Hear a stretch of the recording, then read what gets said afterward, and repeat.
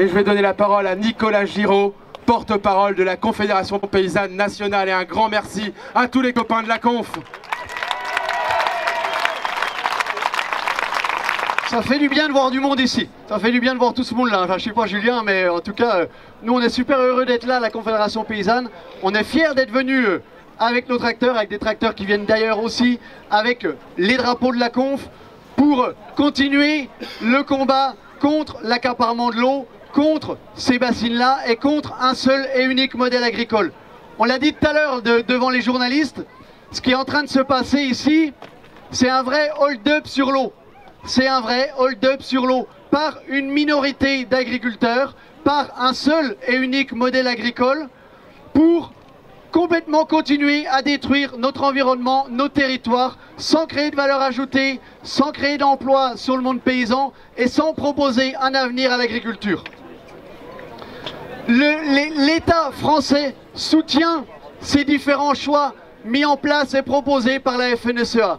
On est dans des mécanismes de délinquance par rapport à ce qui est mis en place ici, par rapport au fait que les travaux sont en train de commencer. L'État français ne respecte pas la loi au niveau mondial, au niveau de la déclaration des droits des paysans aux Nations Unies, ne respecte pas le droit européen, a été mis en demeure par la Commission européenne par rapport aux directives sur l'eau, par rapport aux directives oiseaux, par rapport aux directives nitrates. Et à chaque fois, il s'assoit dessus.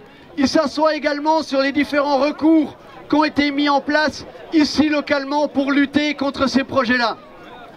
Ce qu'on veut arriver à dire aujourd'hui, nous en tant que paysans, c'est qu'un autre modèle agricole est possible. Un autre modèle agricole et alimentaire est possible. C'est ce qu'on serine, c'est ce qu'on dit depuis des années.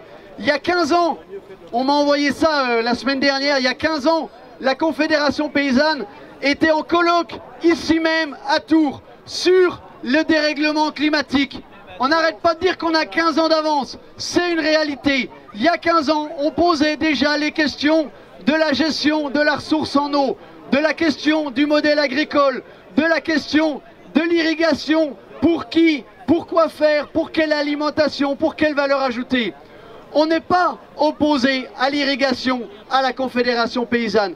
On est opposé à une irrigation qui va dans un seul et unique sens. On est opposé à une irrigation qui fait des choix mortifères pour notre environnement et pour les paysans. Si l'irrigation est avancée pour produire de la valeur ajoutée, pour produire une alimentation de qualité, pour relocaliser, c'est des choix qu'il va falloir faire, c'est des choix qu'il va falloir assumer, mais à chaque fois, cette irrigation-là est mise en concurrence avec la construction de méga-bassines qui sont en train de voir le jour. Si ces méga-bassines voient le jour, c'est la guerre de l'eau. C'est la guerre de l'eau entre deux modèles agricoles. Entre un modèle agricole qui détruit nos ressources et un modèle agricole qui veut relocaliser, qui veut nous nourrir en qualité et qui veut rémunérer ses paysans. Aujourd'hui, c'est ce choix-là qu'on doit faire. Le choix d'une agriculture qui emploie, qui préserve et qui produit, ou le choix d'une agriculture qui détruit, qui nous enterre à petit feu. Nous, on ne veut pas baisser la garde. Nous, on ne va pas arrêter le combat. Aujourd'hui, c'est aujourd'hui le début, la continuité et le début d'un combat contre l'accaparement de l'eau, contre la privatisation de l'eau, mais on va le continuer. Je prenais l'exemple tout à l'heure devant les journalistes du combat des 1000 vaches. On est allé aux 1000 vaches pour démonter la salle de traite, pour dire que ce modèle d'agriculture, on n'en voulait pas. Aujourd'hui, les 1000 vaches, elles ne traitent plus. Aujourd'hui, il n'y a pas eu d'autres fermes-usines qui se sont montées en France. Eh bien, prenons cet exemple-là. Prenons cet exemple-là et continuons le combat, amplifions le combat pour aujourd'hui lutter contre les bassines ici en Deux-Sèvres et en Poitou-Charentes et éviter que ce modèle-là ne se duplique et ne se développe ailleurs. C'est exactement ce que veut la FNSEA. La FNSEA, quand elle vient faire son congrès ici à Niort, c'est une provocation, c'est un passage en force. Le ministre, quand il va venir demain, c'est la même chose. C'est un passage en force pour un seul et unique modèle. On ne veut pas de ce modèle, on ne veut plus de cette agriculture mortifère, on veut des paysans porteurs de sens, d'une alimentation de qualité et qui soient rémunérés pour ça. Et on vous remercie d'être là pour soutenir tout ça.